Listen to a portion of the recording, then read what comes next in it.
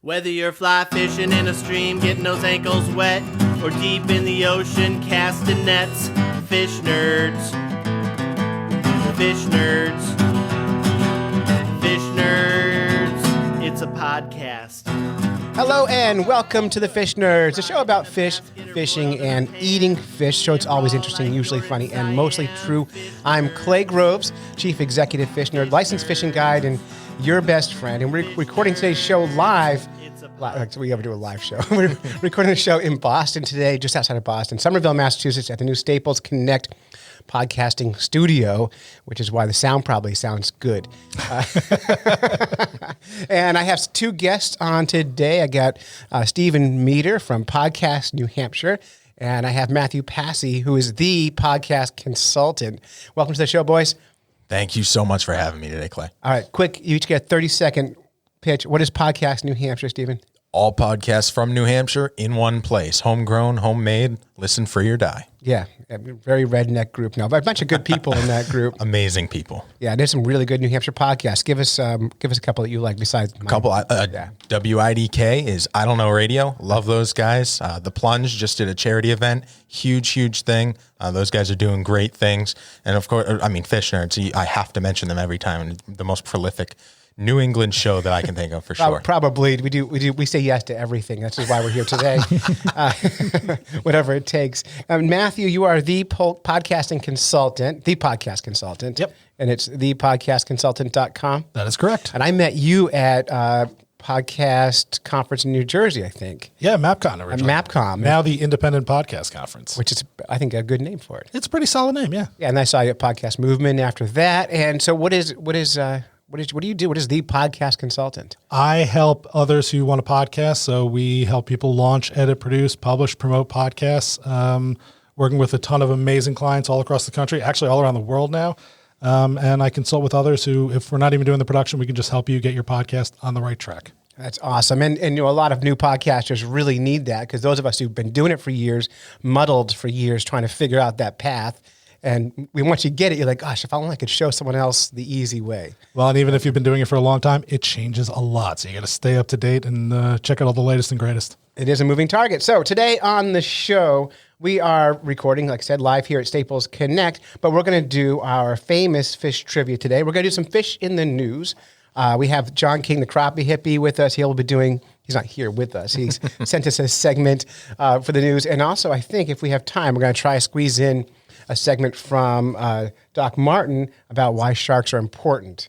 All right, so I think we're going to start off with the famous fish quiz. That'll help me get to know you guys a little bit better and where you're coming from. So, Matthew, you're from New Jersey. I am. Stephen, you're from New Hampshire. So that means you're both experts on illegal drugs. Absolutely. I went to college. So what I'm going to do is give you a little quiz here, and all you got to do is tell me, it's a multiple choice, which of these multiple choices is a drug. The other two will be fishing lure names. Okay. All right. So Matthew, you're going to be up first. You ready for this? I'm ready. All right. So the first one, this is a curly tail grub, goofballs, or daredevil. Which one of those is the drug? Yeah. Bonus if you can name the drug. Goofballs?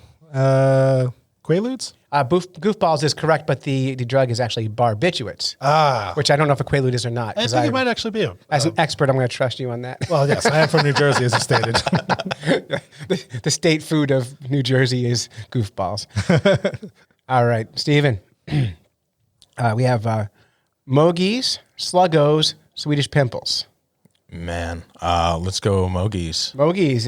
And bonus, what is it? I have cocaine. Tranquilizers. That makes more sense. Literally the opposite. Yeah. All right. So you're 1-1 right now. Tie score. All right, Matthew, you ready for this? I'm ready. All right. Senko, Deadly Dick, Red Devils. I gotta say Red Devil?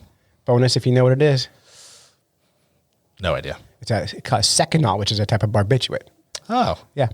Do you have some assumption about me and barbiturates? Because that's 2 for 2 on those. This is just going back and forth. Just checking. Yeah, I might. You seem very mellow. You're like, I'm from New Jersey, man. Steven. Yes, sir. All right. Speedball, beetle spin, rattle trap. Let's go Speedball. Speedball. You know that one, right? Yeah, it's Chris Farley.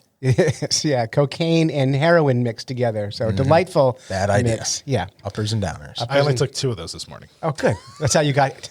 You 2 drove- doses. With that, you got all the way from New Jersey to here in just 3 hours. Walking. Yeah. Walking. All right. How about this one? Whose turn is it? Steven? No, I No, just Matthew. Pencil popper, Little Cleo, zigzag. Little Cleo. Little Cleo is a fishing lure. So all these that aren't drugs are fishing lures, just to be clear? That's right. Yeah. Pencil popper? It is a zigzag, which is actually not really a drug. It's just a rolling paper for the drug. Oh, yeah. Yeah, we can do the same. Like next week, we're doing our Valentine's show, and I'm gonna do the same quiz using sex toys and lures. Oh man, I'm excited. For the record, those are for tobacco use only. Only. Only. Well, not Exclusive. in Maine, Massachusetts, and Vermont, where it's now legal to smoke marijuana in those states. I'm living in the wrong state. Yeah, we live in New Hampshire, and for some reason, our old crony government's like, live free or die, except when you want to do something fun. You know, so if it's fun, it's wrong. All right, how about, is it Steven's turn? Yeah. All right, so I've lost track of the scores. Doesn't even matter. That's fine. You guys get stickers either way. Steven, let's see, Flutterfish, Panther Martin, or Power Hitter? Let's do Panther Martin. Panther Martin is a fishing lure. Oh darn. Yeah, so the actual answer is Power Hitter, and it's a device used to deliver a blast of marijuana smoke right to your lungs. Oh, that makes sense. Yeah. Or tobacco exclusively, depending on what state if you're you're in in. New Jersey, tobacco. All right, Matthew. Rooster tail, dolphins, or Spin-Orano? Spin-Orano. What was the first one again? Rooster tail. Man, all of those actually sound like fishing lures. I'll go with the third one. The third, dolphins? Yeah. It is correct. You are correct. Ooh. And bonus, what kind of drug is it? I don't know. Ecstasy. Albacore. Ecstasy. Oh, albacore. Albacore is a drug. It's the ecstasy of the sea. Yeah, all right. The other white powder. I have no response. All right, Steven. Rattling Dave, cartwheels, or Gray Ghost? Rattling Dave. What the heck? Let's still go with that. It is cartwheels, Oh, which is interesting. amphetamine. Oh, okay. Yeah, as you know. Naturally. How do you source this quiz? How do you get all these names? I've got to know. Well, fishing lures, you go to like, Well, fishing lure is easy. I'm trying. Urban Dictionary. all you do is, you go to like Urban Dictionary and you look okay. for like slang drug names. And then what I do is I pick the ones that look like they could be fishing lures. Oh, that's smart. And I'll do the same for next week for our sex quiz. We'll do, for our Valentine's special, we're going to do fishing lure versus sex toy. So that'll be a lot of fun. I came on the wrong week. No, you'd be glad not to be part of that show. That's going to be really uncomfortable. I haven't secured a guest yet, but Fair enough. I picked the wrong day to quit podcasting. all right. How about we do, whose turn is it? Steven? Sure. Or Matthew? Matthew, I can't keep track. What are you trying to do? Trying to jack my stuff? Yeah, I'm trying to steal your airwaves. He's jumping in. All right. Matthew. Royal Wolf. Wulff, it's spelled. Zara Spook or Bombita. I'm going to go Bombita. I assume if you have the right spelling of a drug, that's got to be something legit. Yeah, it was a Bombita is a mixture of cocaine and heroin, so same as the speedball from earlier. Ah, yes. Just a different name, so that way you can elude the cops. Speedball, no, it's Bombita. So, Meter, Yes. Husky Jerk, Percy or Gitzik. Oh man, Percy. Percy, what is it? It's alcohol with cocaine around the rim. Just cocaine. Aw. Oh, you were close. Fair enough. Alcohol That with was a cocaine. very specific guess, by the way. Thank you. It's like a dirty margarita. I was gonna say it's like a high margarita. Yeah, I've got to ask, Husky Jerk sounds like actual food, though. it does, doesn't it? Yeah, and it's called a jerk bait. So it's like a lure that floats in the water, and as you lure it, you jerk it. Ah. Yeah, I'm learning so much today. yeah. Also, be a really great. We'll use that one next week. All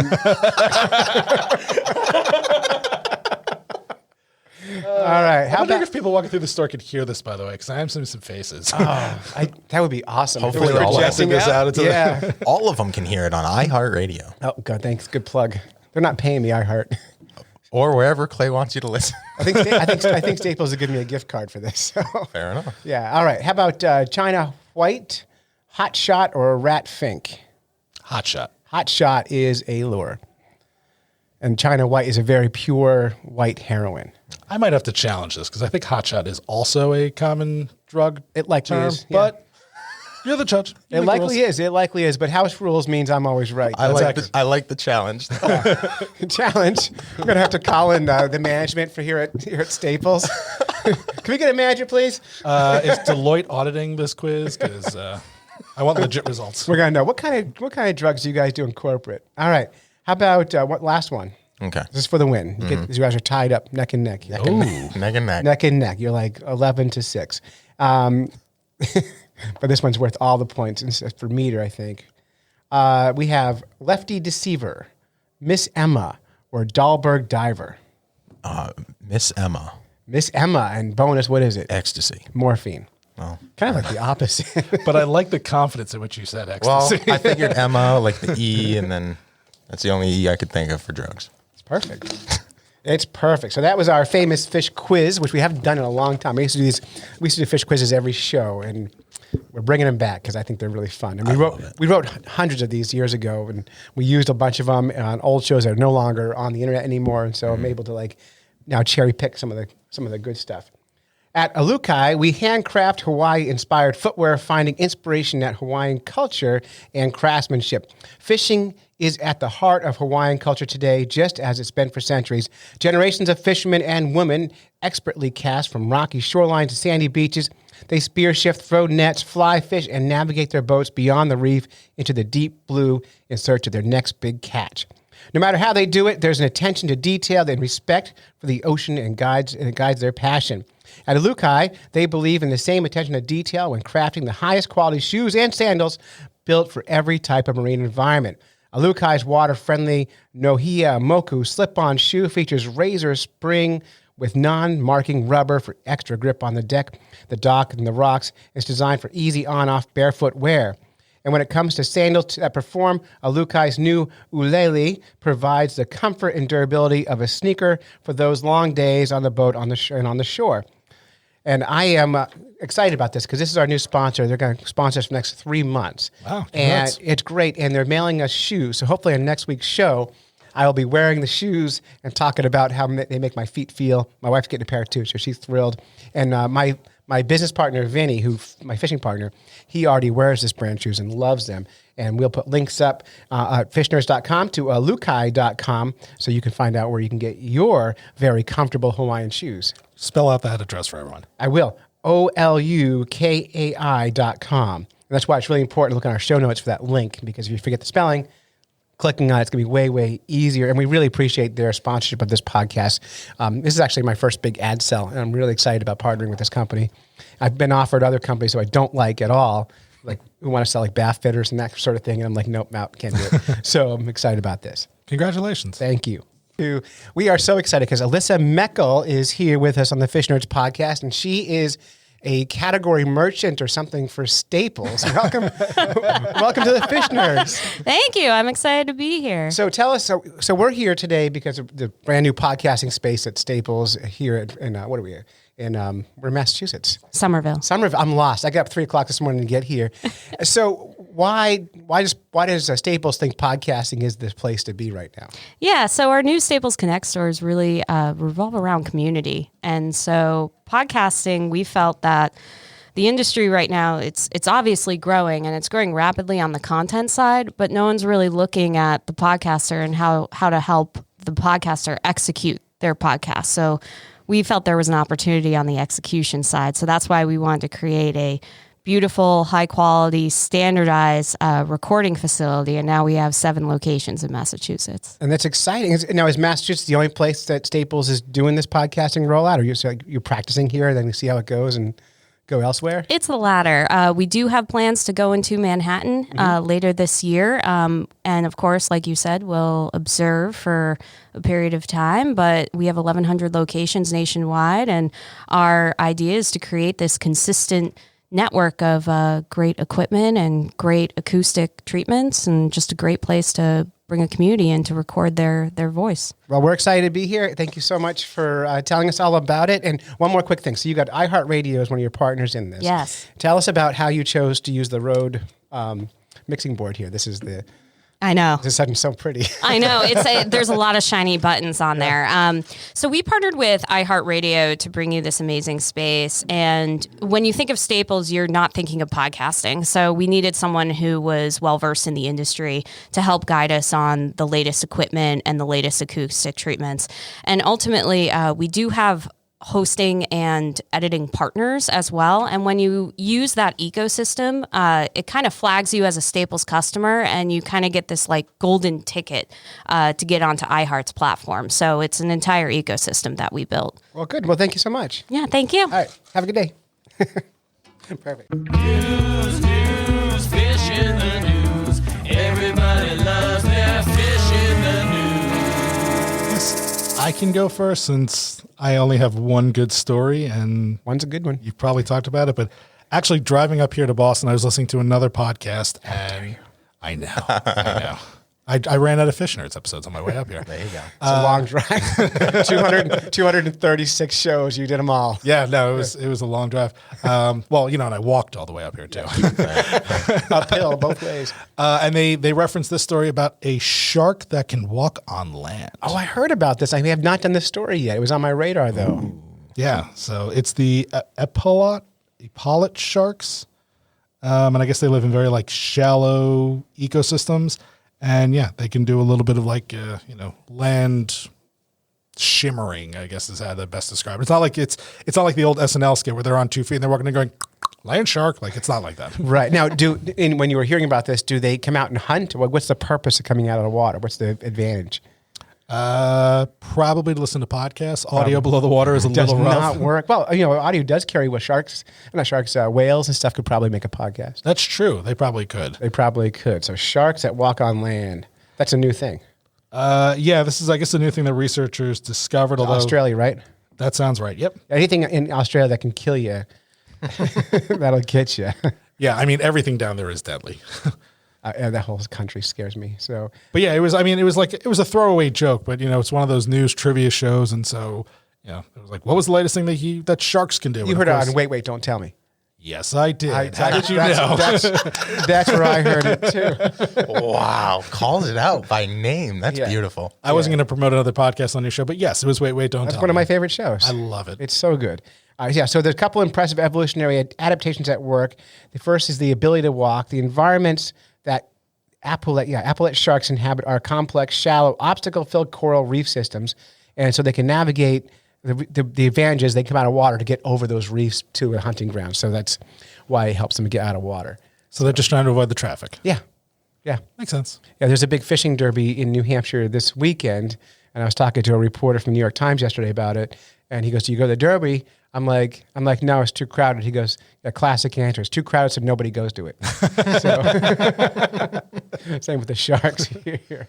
All right, Meter, you're up. What you bring us? I brought something that's a little more novelty. Actually, it's there's a new species of beta that they've concocted that's fluorescent. Man-made fish? Yes, Man-made- absolutely. I would love you guys' opinions on stuff like this, where they're taking the genome and actually splicing it in with fluorescence. That thing can glow in the dark and actually give off a shine. Right. And so for people who don't know, the beta fish is like that fish you see that you go to the pest where they come in little bowls. The males, if you put them together, they will destroy each other, and like this decorative fish. And I think in some countries they wear them around their neck until they die, and then they get new ones for pets.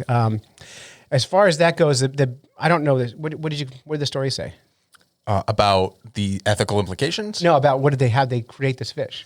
Oh, that they splice in genes to actually so that when the fish will actually like glow a green.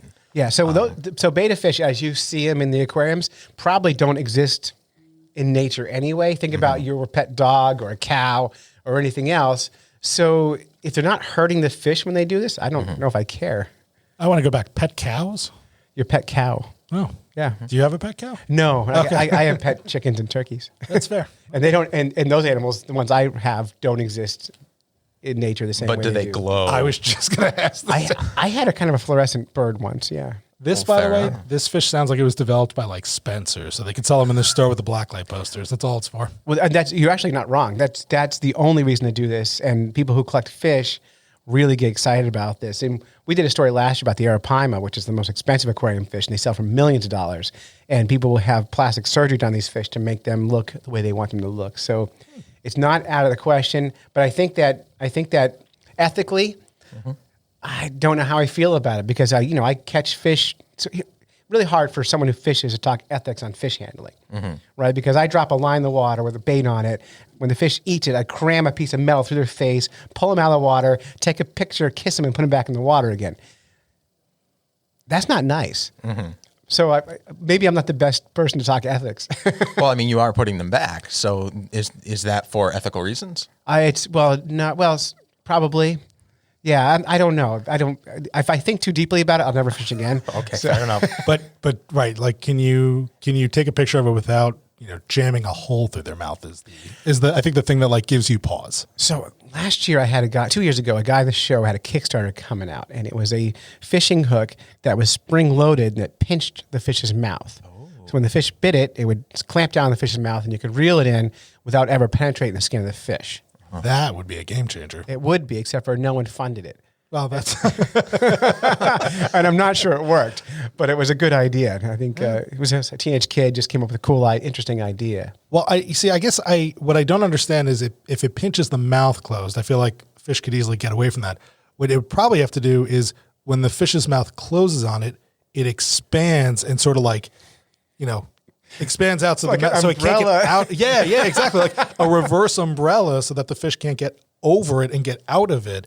And then you can pull them up. I mean, it probably still is not the most comfortable experience for the fish, but No, and some people when they're fishing for some fish, they won't use hooks. They'll use like a piece of frayed rope, and they'll dip that in like fish scent fish oil. And some of the fishes have these teeth that kind of curve back when they bite it. Their teeth tangle in the rope. oh, And so that's effective as well for some species. Eel fishing can be done that way. It's not exactly a fish story, but this whole glow in the dark fish got me thinking about something that I saw on Facebook the other day. People who are taking old Star Wars toys and they are turning their aquariums into scenes from the movie. So the one that I saw was like, it's love supposed to this look so like much. Hoth, right? Like a AT-AT, like on the ground as if it was just got tripped up by the rebels, and then an X-wing fighter like on a little stand. And so they're building their fish tanks to look like scenes out of Star Wars.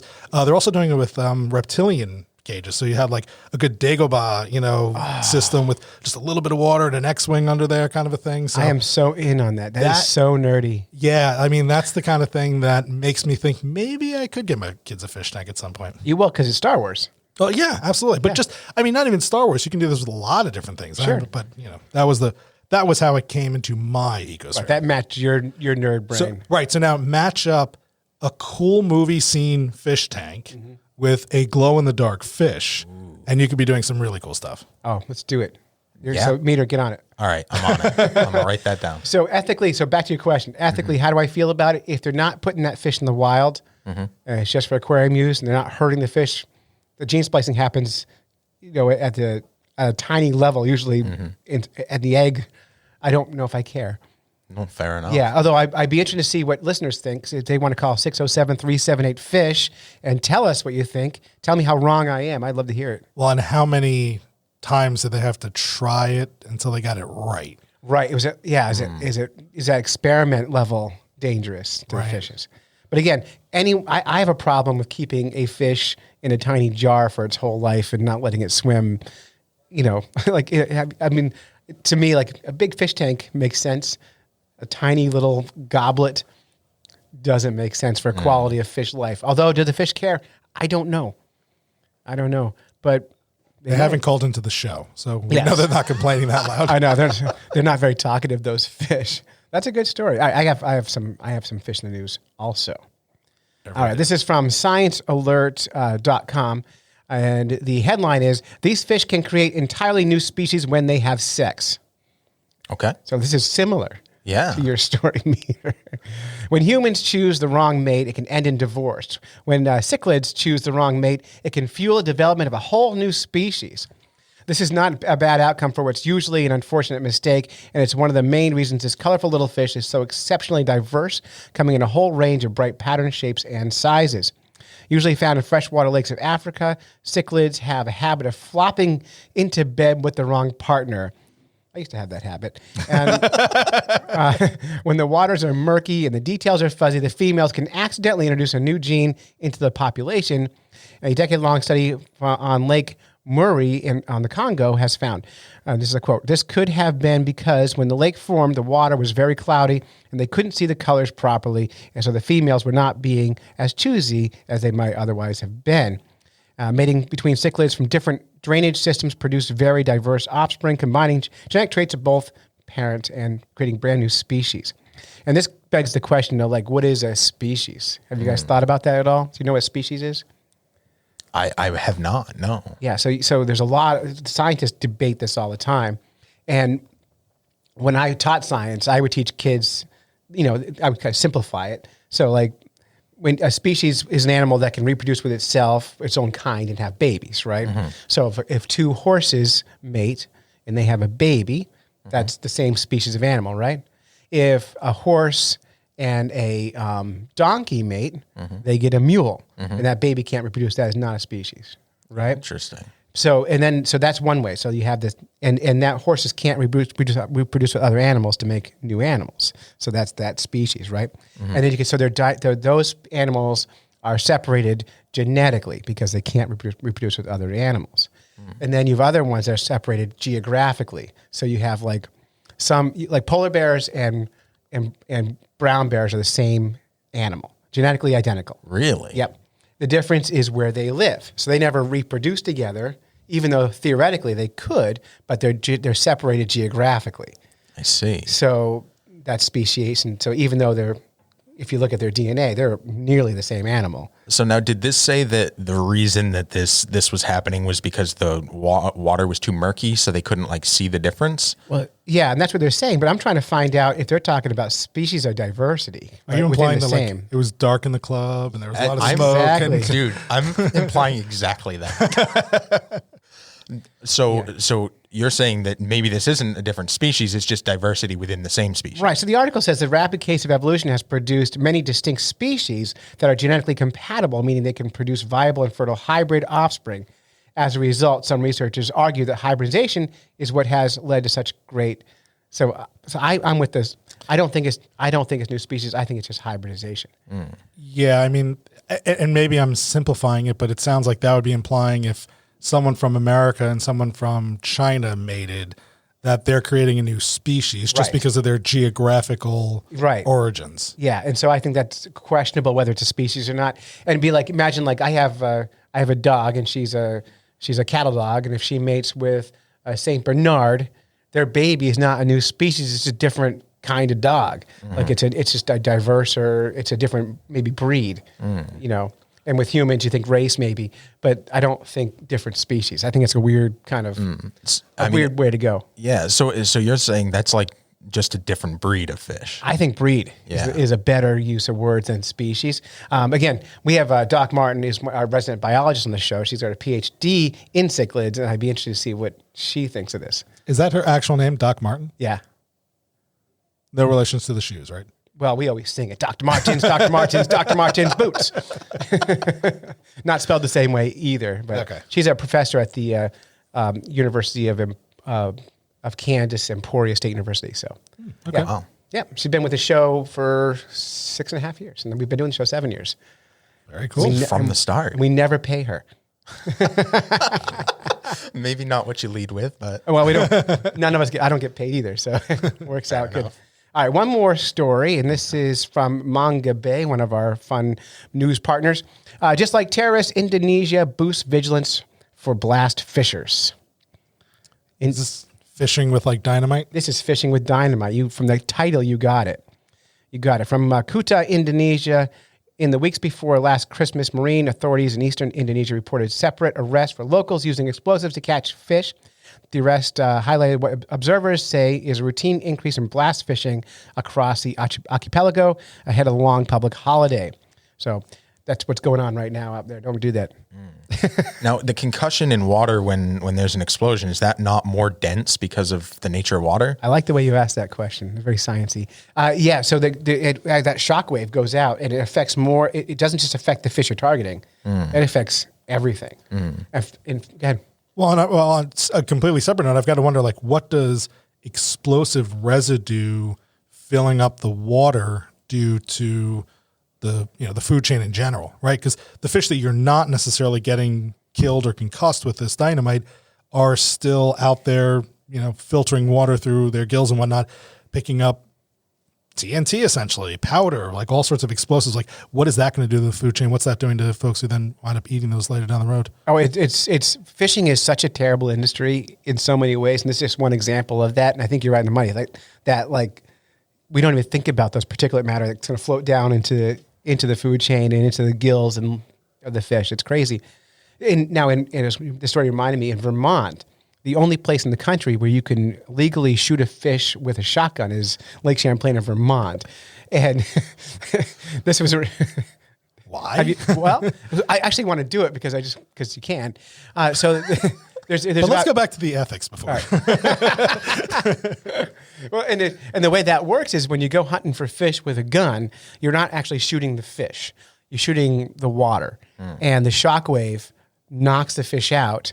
And then you run out and pick the fish up out of the water and eat it.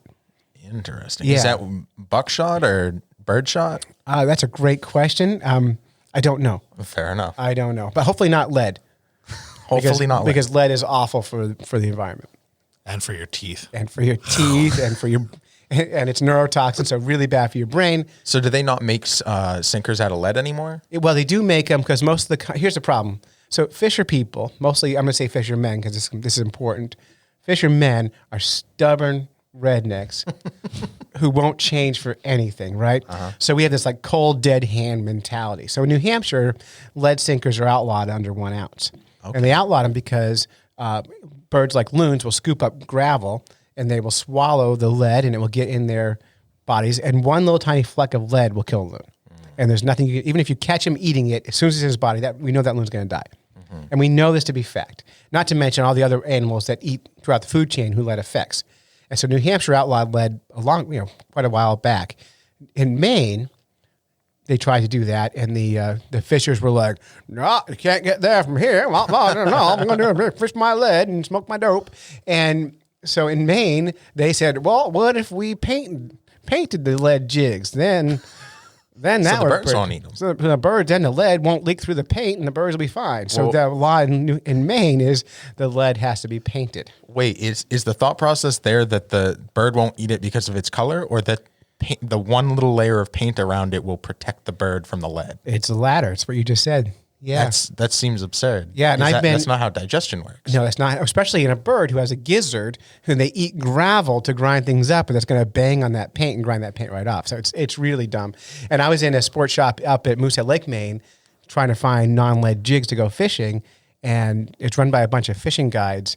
And I would hope anyone who's a licensed guide would have a higher level of ethics than your average redneck, and they did not. They didn't. When I brought it up, they were all like, "Oh, that's just the tungsten industry trying to come in here and make us pay money for more fishing bait." And like, Watch out for that big tungsten money. the tungsten lobby. I still want to go back. So why is it only this one spot? You said Lake Champlain in Vermont where you're allowed to do this. Like, what's the thinking there? Well, that's a great question. I don't know. That's okay. That's fair. It's I owned by apologize. Remington. It may be just go back to old culture. It's been something. So in that lake, there's about 9 species of fish that you can do it with. Things like northern pike, channel catfish, pickerel, brown bullhead, a few others. Are we still picking drugs versus lures? The same thing, right? So, and I don't know that anyone actually does it. I found old articles about it, but I haven't found anything recent about people doing it. I think it's terrible, but So I you can- kind of want to do it. You can only hunt specific breeds of fish or Species of fish, and that's normal. Like fishing Depends on law, the other one, but- fishing laws are like that anyway, where each fish has their own regulation, so it's very, very complicated to begin with. And I can't imagine like now you're in a tree dangling over a lake with a shotgun. And you're like, is that a common carp or an Asian carp? I gotta get my fish blind. Yeah, is that a channel catfish or is that a brown bullhead? You know, Yeah. and I assume they don't have labels on them to make this easy, right? I know there's an app. Oh, You know, right, like- of course. There's always an app. Google Yeah. Glass when that drops. It's Yeah, like the map finder apps. You hold your camera up to the lake and it shows you all the little fishes on there. So You know what? That's $1 million idea. it's a really good. It's $1 billion idea. That's All a right. really good idea. Well, shit. TM. Now tens of people have heard it. All right, so that's Fish in the News, and we're going to bring you one more story from John King, and this is a reprise story that he did during National Podcast Posting Month, where we did 30 days of Fish in the News on this show, and those I took those all off. I pulled them all down after that was over, so I can recycle them into future shows. For those who weren't subscribed, you never heard this. And so now you're going to hear this one, and I want you to listen close to John King's. He's the crappie hippie from Eastern Kansas. He does this great British accent, and it's tremendous. And I challenge any listener to do better. I'm not going to play it for you because I don't know how to. All right. here's John King, the crappie hippie. Feel free to chime in, boys. Hello, Fish Nerd Nation. This is Crappie Hippie, your tree-hugging redneck from Eastern Kansas, and co-founder of Glasswater Angling. We make lead-free fishing tackle for a better outdoors. Hey, I got a fun little story here from November 24th, 2019, fresh out of England, about a load of frozen fish that came into New Haven Port in East Sussex with a little extra on board. All right, I don't know how many of y'all listened to episode 219. We talk about eels, not only about... I'm going to pause this for a second. So if you don't know John King is like the super podcast Fish Nerds fan, and he's on the show because he listens to our show, and he'll text me, he'll say, Clay, remember in episode 72 when you said this? John is that kind of Fish Nerd fan. Great guy, and we love listeners just like him. So that's why he's now a correspondent for the podcast. Right on. We brought him on. About how some guy stuck an eel up his butt to cure his constipation, but also how eels in the Thames River in England are getting contaminated with cocaine residue from all the partying going on, and the people pee it out, and apparently it gets through the treatment plant and into the river, and unfortunately into the eels. Well, in that vein, I have a story here about where that problem originates. Okay, so here's how the story reads. A driver has been charged after 10 million pounds, that's British pounds sterling, worth of cocaine was found hidden in a load of frozen fish. The haul was discovered in the back of a refrigerated van when the vehicle was searched, as it came off a ferry at New Haven Port in East Sussex in the early hours of Saturday morning. Officers found 97 packages, each containing approximately 1 kilogram of cocaine. So that's about 200 pounds of coke, people. Kilograms, 2.2 pounds. James Satterley, 50, from Cook. What's that? I assume these are definitely like even kilograms. I feel like drug distributors do not mess around with this about 1 kilogram. Like those are a kilogram. Yeah, those are exact. Well, maybe they were sampling. Oh, maybe, yeah. That's what they found when they got busted. That's what the fish are eating. Yeah, the fish were eating, yeah. Ham Maidenhead has been charged with importing Class A drugs. So they got the truck driver, and I think they have the big boys online too. I guess they've been up to this for a while. And what put them onto it was the testimony of different witnesses who had gotten into buying fish straight from the wharf in New Haven. So here we have with Polly Podmore talking about her family's experience buying fresh fish right from the wharf in East Sussex, England. Polly. So I goes and buys this fish, see, right off the So your wharf, correspondent has a correspondent. Yeah. And I get the crate of fish home, and whoa, look, a nice crate of frozen fish with a gigantic batter packet in there. It had the coating mix right in the package. Now, I'm not sure if I like the flavour that much, a little medicine-y, but by golly, my fish and chips have never been more popular. Have they, love? Dear me, no, they're just absolutely wonderful. I actually don't feel like eating after the first one, but I just can't stop eating them. Fortunately, by the second one, your mouth is so numb that you can just eat them straight out the fryer. Whoa! That's the nicest bit of third-degree burn to wake up to I've had in a long time. Oh my goodness, Neville, you're just scraping the coating off the outside of the fish and stuffing it up your nose. Why on earth are you doing that? I can't help it, Mommy. It's just wonderful. It's warm and inviting, and it just feels good. Well, I can't go through my entire dinner watching that hang out of your nose onto your face. Go in the other room. Anyway, this has been Polly Podmore, talking about buying fish at New Haven Wharf in East Sussex, England. Get down there while the free bag of coating mix is still available. Well, thank you for that report, Polly. And so here we are with another cocaine in the fish story from the United Kingdom. This has been Crappie Hippie, your tree-hugging redneck, saying tight lines and Valentines. And don't you all be snorting no fish on me on your trip to England now. Peace out. Every podcaster can use listeners like John King, the crappie hippie. I mean, he just brings it every time. What a hero. News, fish in the news. Everybody loves their fish in the news. All right, so now next up on the show, we're going to bring in Doc Martin, who is going to tell us, using some science, why sharks are important.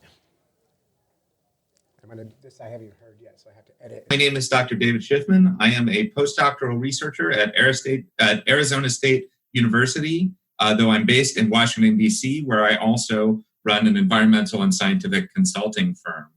I also do a lot of public science engagements, blogging, writing for the popular press, and just talking about sharks whenever I can. So glad to be here with you today. You have a couple of really big movements, and you can correct me if I'm wrong here, but one is to not only just learn about sharks and kind of appreciate what they're doing and get all the information you can, but also to combat misinformation. Yes, absolutely. And so you do that in a couple of different ways. You briefly mentioned that you write articles for, I think I've seen Scientific American and some different blogs and stuff like that. So can you kind of explain a few of those and maybe talk about some of your recent publications? Sure. I do a lot of freelance writing for popular press outlets. I've written for the Washington Post's science page and environment pages. I write for Scientific American. I write for Gizmodo. I used to write for Slate a lot. And now I have a monthly column in Scuba Diving Magazine, as well as a write-in Ask a Marine Biologist advice column in Sport Diver Magazine. I've written a little over 100 of these popular press articles, as well as probably close to 1,000 blog posts. Wow. And I'm also very active on social media, and I love doing interviews like this. Awesome. So you do a couple of these, I think, some top 10 shark facts that you haven't already heard. So before we get into that, why did you think it was important to do something, to title it in that way, I guess? So this particular article was for my Scuba Diving Magazine column. And the premise of it was there's a million articles that go viral every few weeks on social media that are amazing facts about the ocean that you haven't already heard or something like that. And I knew them when I was 5. And a lot of my social media fans that are ocean obsessed like me knew them when they were 5. And not even just people who have PhDs in marine biology, but people who are just like generally aware that the ocean exists would know these things. Okay, so not exciting facts. Yeah, not particularly exciting facts. Gotcha. There are actual new and interesting facts that most people don't know that I, as a scientific expert, am in the position to know. And I think it's cool to share them. And I love people getting excited by actual, real, new, cool, important information. And not just, did you know that bull sharks can go in rivers?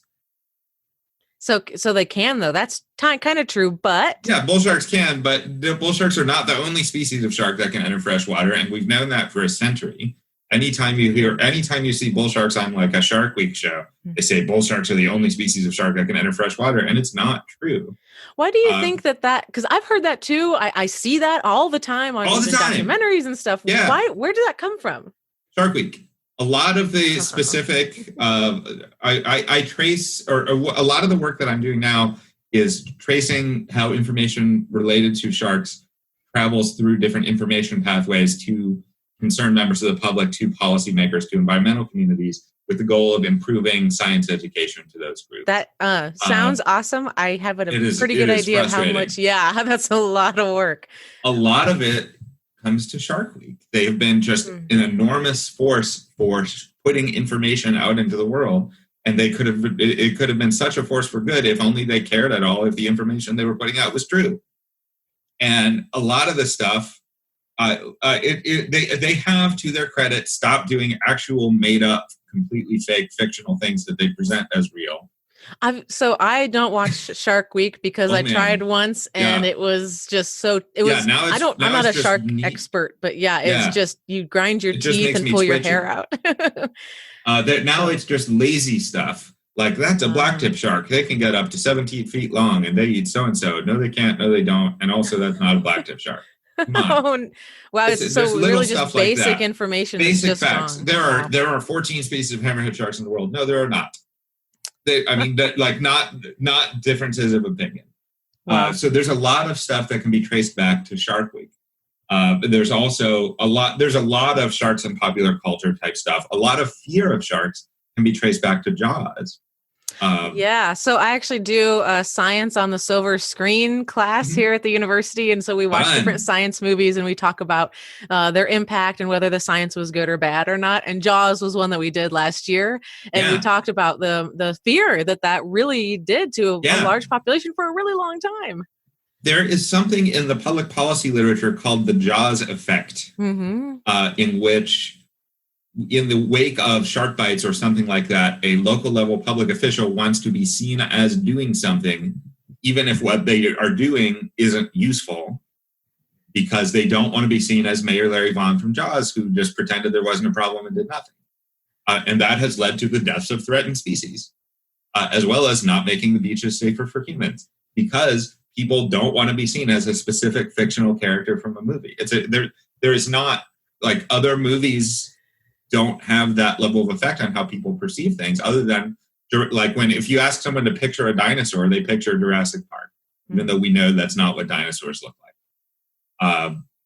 Other than that, you'd be hard pressed to name 5 movies that have had that level of impact on public understanding of a scientific issue. Oh, yeah. So it's really remarkable the extent to which Jaws has had that impact. But in terms of specific factoids that get quoted over and over again that are wrong, a lot of them came from Shark Week. There's also a very high-profile environmental documentary a few years ago that is responsible for a lot of the wrong pieces of information that regularly make me pull my few remaining hairs out. And then there's, every once in a while, a new factoid enters the discourse, and it takes me a while to track it down, and it's usually from a handful of people or groups that have not a great record of saying true things. And so you do actually try to combat that misinformation. And I know, based on your Facebook post, since I follow you, sometimes that goes well and sometimes it doesn't. So what are a few instances that have gone well? Can you think of a few instances that haven't gone so well? I have, in my 10 and a half years on Twitter, in which I've interacted with thousands of people answering their questions about sharks, had the encounter where I've said, actually, that's not correct what you're saying. Here's what the correct information relative to this is. And had the person say, oh, thanks, I didn't know that. You're an expert. Thank you. I learned something today. I have had that happen one time. Oh, my God. And people didn't believe me. My fellow online science communicators didn't believe me that it happened. I had to go back and find screenshots. Just once? One time. So it is much more common to have people say, you're being an elitist and discouraging me from trying to help. And trying to help is great, but it's not the same thing as helping. And technical problems require some degree of technical knowledge to solve, which does not mean that people can't do anything, but it means a person who watches a shark conservation documentary should not, and that's their first ever exposure to the issue, is not an expert who should be founding their own organizations and giving press releases. They don't know anything about the problem. They don't know anything about the different available solutions. They don't know anything about the process of policy change.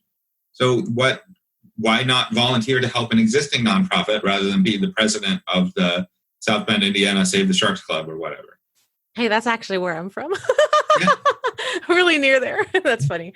But anyway, so it sounds like a lot of people maybe have really good intentions. Yes. But as they say, the road to hell is paved with good intentions. Yes. So it sounds like maybe if you really want to do something like that and you saw the documentary and you want to help save sharks, to find someone, like you or like me or already established, well-known not-for-profit or something else where you can get involved there and you will have access to the right kind of education and information. Yeah.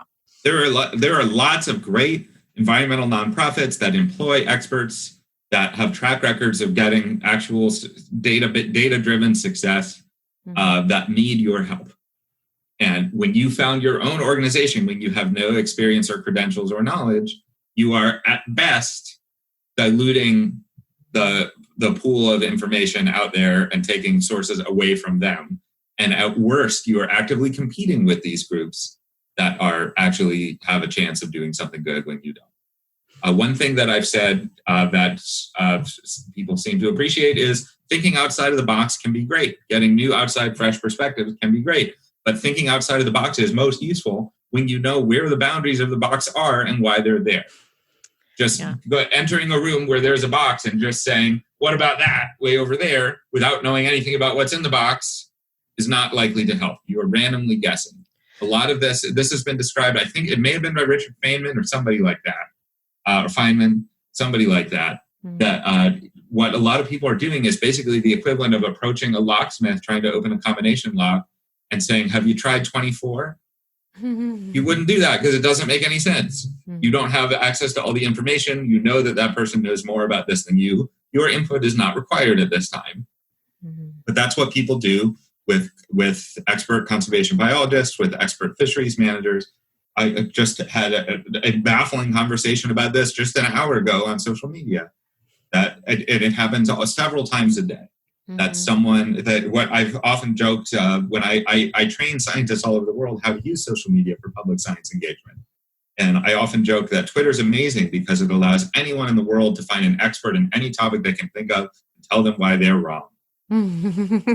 Just people approach me out of nowhere and like, yeah, you have this PhD and 40 publications in shark science, but like, have you considered this obviously wrong information that I just made up? Okay. It's not boring out there. Yeah, I am not nearly as active on social media and science advocacy as you are, but I have had people do that with me is, hey, cool, I see you do fish stuff. And what do you think about this thing? You can tell now some of it I don't mind. There are people that have a background in biology or fisheries ecology, and they're just trying to figure some things out and they genuinely want my advice. That is totally acceptable. But then I have people that will contact me just like you and say, hey, I thought about this thing. What do you think about that? And then when I tell them what I think about it, they get really, really mad. And they're like, well, how dare you defy me? And I'm like, but you asked me and you think that I know the things. Yeah. Right. It's very frustrating because I don't want to discourage people. I'm so excited that people care and that they want to help. But again, wanting to help is not the same thing as helping. You can do a lot of harm. If you just start mucking about in sensitive spaces that you don't know anything about. And do you have any examples that you can think of a person doing something like that where it's actively tearing down beyond just social media? In Florida, where I did my PhD, we recently, based on a lot of work that I did, as well as others, got the fishing rules for sharks changed in a way that will protect endangered hammerheads that were being killed by unscrupulous anglers. And it took years of diplomacy and reaching out. And I was working with an entirely 100% Republican Fish and Wildlife Conservation Commission. They were all Rick Scott appointees, so very politically conservative people. And I was trying to frame this argument in ways that would resonate with them without compromising the science. And then people just start coming, they heard about the issue and just start coming in and bombarding these public meetings with like, if you kill sharks, you're a monster, save the ocean, go vegan. That's not what's going to convince these people. And then these people say they're helping. A lot of this happens in the proverbial smoke-filled back rooms. A lot of this happens due to personal relationships over time, not just science, not just facts, but that matters. And then people that come in and just make a stink for the sake of getting attention are not helping. And they don't care if they help. They just want to be visibly seen as doing something that they can say was helping. So they can feel good about being somewhere and not necessarily, or in some cases, fundraise. Oh God. Yeah, I could see that too. Well, that's really depressing. Were the rules changed? Did you prevail even though we did? Okay. And partially because I was able to laugh at those people with some of these conservative Republicans. That's not me. I don't know who those people are. That's not me. And we laughed together. But that's so there are, yes, the short answer is yes. And I actually have a case study on that whole experience with the goal of helping early career early career researchers to influence policy. That just got accepted this morning in the Journal of Conservation Science and Practice that I'll be sharing in the next few weeks. But Awesome. yes, that was a really cool experience as a graduate student to get to help shape policy change, to document the science behind what was needed, reach out to different stakeholder groups about what they thought was feasible or acceptable, and to really write some of the laws. And so at that point, when you were helping write laws and dealing with some of the misinformed, helping quote unquote protesters, is that what sparked you to really go on social media and fight the misinformation, or was that? I had been doing that already at this point. So one thing I'm very lucky about that a lot of my science communication colleagues did not benefit from is there's already been widespread acceptance in the shark world that public engagement matters. Mm-hmm. That some of my physicist friends have told me that they've been screamed at by their department chairs for, why are you going and speaking to this school about a career in physics? That's not what we pay you for. In the shark world, we've largely decided, yes, this is good. What matters that we talk. Mm-hmm. And people have been doing that for decades before I was born. I was one of the first to do this on such a large scale online, but the general principle behind it is not new. So I was already doing this and was able to take advantage of my platform to help provide pressure. Great. So if some folks wanted to get involved, what do you have any institutions or websites or something that you want to plug that they could go check out? And I can put those up on the podcast too when we publish them. Yeah, it depends on what you mean by involved. Okay. There are if a person listening is a U.S. citizen, then one of the most effective things they can do is submit formal public comments for or against proposed federal regulations, which is really technical and boring, but it matters.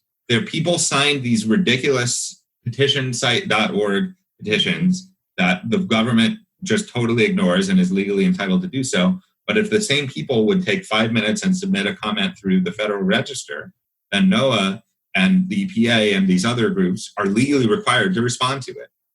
And then some of these petitions that can't possibly accomplish anything, some of my favorites call for the state of Florida to ban shark finning, we did in 1993. Those petitions got 200,000 signatures, and then the median number of public comments submitted on shark conservation things is 0 through the Federal Register. And so you're talking about things like the change.org and some of those petitions nonsense. that That's are just largely nonsense. Largely, yeah. But it makes you feel really good. Yes. If you're talking about personal behavior things that can make a difference, the biggest things that I recommend for people to do are eat sustainable seafood and don't eat unsustainable seafood, and tell your friends about that without being a jerk. It helps when you're not a jerk. It helps when you're not a jerk. My wife is not a marine biologist, but regularly asks me before we go out to dinner with visiting work colleagues, is this someone who's going to care if I order the tuna? Has to get briefed on things like that. In general, things that won't help sharks specifically, but will help the ocean, reduce your carbon footprint, use less single-use plastic, things like that. Those are not really shark-specific problems, but good for the ocean. I wish this wasn't the case, but at the moment, one of the best things you can do to support ocean conservation is support Democratic candidates for office. That didn't used to be the case. I hope it won't always be the case. The ocean has long had bipartisan consensus behind it, but it doesn't currently, and that scares me. If you're talking about who should you donate to, my go-to shark conservation nonprofit is called Shark Advocates International. They are a small one-person operation, and they're doing a lot of great work that no one else is doing. And because it's a small operation, donations really go a long way. And don't spread nonsense on social media. So if you're not sure if it's nonsense, check with an expert. Yay. So one of the things you mentioned is things we can do, but I also know that you happen to write a little blog about it at some point, is the straw issue of single-use plastics. Yes. So would you want to comment on that for the fans? Sure. So this issue of banning plastic straws really came to a head a couple of years ago when a picture of a sea turtle with a straw stuck up its nose, obviously in great discomfort, went viral, and people said we need to ban straws. And people that had long been concerned about the impacts of ocean plastic tried to control this rising tide of anti-straw advocacy and say, you know what, there's actually a lot of plastic pollution issues. It's not just straws. If you want to use straws as a gateway issue to start thinking about how you interact with plastics and how plastics interact with the ocean, that's great, but it's not just straws. That got out of hand really quickly. A lot of this turned into these municipal level or state level straw bans that don't address any of the much larger and much easier to address sources of plastic. And a big issue with this is there are absolutely human beings who will die if they don't have access to plastics drinking straws. There are people with certain medical conditions that they need a straw and the available substitutes don't work. And it destroys me seeing environmental activists saying no one needs a plastic straw. That's not true. There are people who do. People with MS, for example, and a lot of similar neuromuscular conditions. A hard straw, like a metal one, will break their jaw. Another material straw will just crumble. It's not flexible enough. There may in the future be an acceptable alternative, but for now, you're doing not the biggest conservation issue, treating as if it is the biggest conservation issue, and in the process causing harm to some of the people in our society who don't need extra harm caused by them or caused to them. Right. And I think that is a really great point, that the sometimes the majority overlooks the minority, right? Well, this doesn't affect me, so I'm going to support it. Yep. And then when the minority does come out, because I've seen this, say, hey, I actually need that. That's a thing that I need. Instead of listening, they do the same thing they do to us, is just, oh, well, you don't really need that, or just, bring your own, or be more responsible, or change who you are. And it's pretty unbelievable that that's the reaction. Consider not having a life-threatening disability? That would make your life easier. My God. Or just don't point it out to me because it makes me uncomfortable. Yes. Yeah, you get both of those reactions. And I think that shuts down the dialogue, which is the worst part, because there probably is a solution that would benefit everybody. Sure. But if you're going to talk about it in black and white like that, then you're never going to get there. So, and you shut down the people that have the problem with that, then you will never understand what the full issue is. So, yep. Okay. So I guess my next few questions, do you have any plans for the future, like the immediate future or the long term? Do you have any goals that you really want to see? I'm in the process of looking for faculty positions at the moment. In the meantime, I'm very much enjoying my time in Washington, D.C. I'm learning a lot about how environmental policy gets made and how science influences that. That'll benefit me in the future, and hopefully I can pass that on to colleagues and students. Stuff that I would like to work on includes some emerging shark conservation issues in the US and around the world. I'm going to be organizing a group of European colleagues later this summer at the International Marine Conservation Congress to talk about, I guess, a horizon scan of emerging European conservation issues for sharks, skates, and rays. And that'll be a really cool project. I'm working on some stuff with some threatened species in Florida with some PhD classmates. I'm teaching a class. If any of your listeners are interested in learning more about ocean science communication, I'm teaching a class about that specifically in March and again in June, where we'll be teaching the class and living on a research vessel in Miami. And during the day, they'll get to participate in some of my shark research. We'll get to participate in coral restoration research. And then we'll also learn about how to communicate that stuff to non-expert audiences. And I'm about to start teaching a distance learning course through Arizona State, where I'm a postdoc, the Intro to Marine Biology for non-majors. That should be a lot of fun. Awesome. Well, he sounds like you keep yourself pretty busy. And I'm writing a book. Yes. Oh, well, no pressure. Yeah. What can we ask? What the book's about? Can you tell us? The book is about, it's sort of a non-expert guide to shark conservation and a case for why we should protect sharks. Awesome. Popular science, not textbook. All right. Well, do you have any parting remarks for our fans before we close this up? Just that I am very active on social media, on Facebook, Instagram, and Twitter. It's at Why Sharks Matter, all one word. And always happy to talk about sharks and answer people's questions. All right. Well, thank you so much for being on the Fish Nerds. I will make sure that I post all of your social media handles Awesome. up on the links when we post the podcast. Thanks for having me. Thanks, Doc. Appreciate your shark info on there. So that's it. You've listened to a whole bunch of Fish Nerds when you should have been fishing. Big fat thanks to Staples Connect for letting us make a show here at their new studios in Somerville, Massachusetts. I'm so confused. Thank you, Matthew Passy, the podcast consultant. A lot of fun. Thanks for having me. Yeah, helping us break this new studio in. I saw you fixing the microphone while we were recording earlier. Just a sketch. Yeah. Stephen Meter from Podcast New Hampshire. Thank you so much. Absolutely. You guys want to say your websites one more time? Sure. It's just thepodcastconsultant.com. podcastnh.com. And you can find all the New Hampshire shows on there, including the Fish Nerds.